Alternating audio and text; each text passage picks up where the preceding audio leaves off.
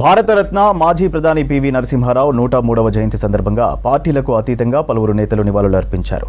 దేశానికి పివి చేసిన సేవలను గుర్తు చేసి కొనియాడారు.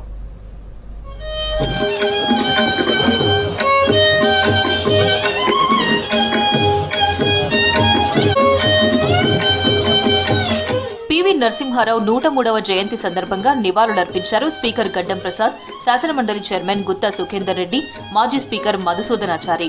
అసెంబ్లీ ఆవరణలో పివి చిత్రపటానికి పూలు వేసి నివాళులర్పించారు.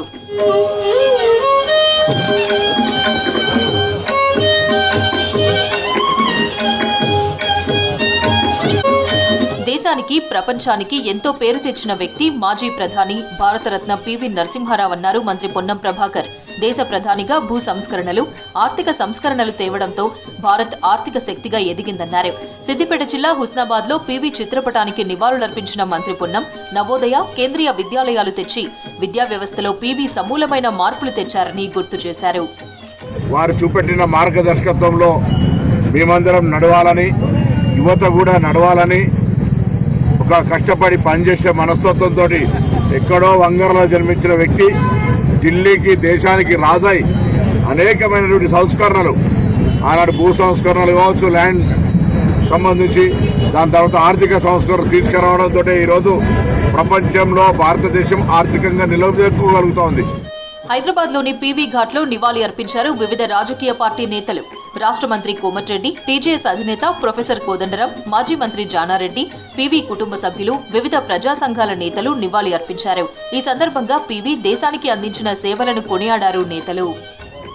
పివి నరసింహారావు గారి ఆయన ముందు చూపు, ఆ రోజు మన దేశం మీద ఆయనకున్న పరిజ్ఞానం, ఆయనకున్న మేధావి, ఆయనకున్న ఆలోచన విధానంతోనే ఈరోజు ఈ విధమైన భారతదేశం ఈ విధంగా ప్రపంచంలోని 3వ ఆర్థిక పరిపుష్టి దేశంగా డెవలప్ అవడానికి మూల కారకుడు పివి నరసింహారావు గారు. వారి 103వ జయంతి సందర్భంగా వారికి నివాళులు అర్పిస్తూ, వారికి ఆత్మశాంతి కలగాలని భగవంతుని ప్రార్థిస్తూ, అలాగే భారతరత్న వారికి ఇవ్వడం కూడా చాలా సంతోషకరమైన విధంగా. పివి నరసింహారావు గారు అంటే భూ సంస్కరణలు ముఖ్యమంత్రిగా ఉన్నప్పుడే భూ సంస్కరణలు చేపట్టిన వ్యక్తి. అప్పటి ఎవరు మాట్లాడలే. భూ సంస్కరణలు చేపట్టిన వ్యక్తి తనకున్న భూమిని కూడా పేదలకు దానం చేయడం, ఆ రోజు మొదలుపెట్టిన ఆయన ప్రస్థానం నిజంగా ఈరోజు మేము గర్వంగా చెప్పుకుంటాం. ఆయనను రాజకీయాల్లో గుర్తు చేసుకోవాలంటే ఒక సోషలిస్టుగా ఆయన ఎదిగినటువంటి వాడు. సోషలిస్టు భావాలతో ఉన్నటువంటి వారి పంచన్నే ఆయన ఉన్నాడు. వారందరితో కలిసి రాజకీయాల్లో ఎదిగినటువంటి వాడు. అందులో భాగంగానే ఆయన ముఖ్యమంత్రి అయినప్పుడు భూ సంస్కరణలను అమలు చేశాడు. భూ సంస్కరణలను అమలు చేయటం ఆంధ్రప్రదేశ్ రాజకీయాల స్వభావాన్ని మౌలికంగా మార్చిపారేసింది. భారత ఆర్థిక సంస్కరణల పితామహుడు మాజీ ప్రధాని పివి నరసింహారావుని కొనియాడారు తెలంగాణ ఫైనాన్స్ కమిషన్ చైర్మన్, మాజీ ఎంపీ రాజయ్య. పివి జయంతి సందర్భంగా హన్మకొండలో ఆయన విగ్రహానికి పూలమాల వేసి నివాళులర్పించారు. కార్యక్రమంలో శాసనమండలి డిప్యూటీ చైర్మన్ బండప్రకాష్, ఎమ్మెల్యేలు నాయని రాజేందర్ రెడ్డి, నాగరాజు పాల్గొన్నారు. దేశం కోసం పివి చేసిన సేవలు మర్చిపోలేనివని గుర్తు చేశారు.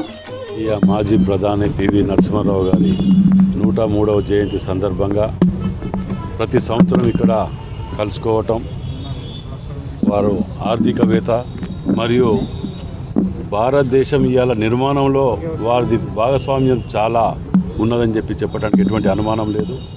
మరి వారి ఆశయాలను భవిష్యత్ తరాలకు కూడా అందించే విధంగా ఉండే విధంగా మనం ముందుకు వెళ్ళాలని కోరుకుంటూ మరోసారి జయంతి శుభాకాంక్షలు తెలియపరుస్తాం.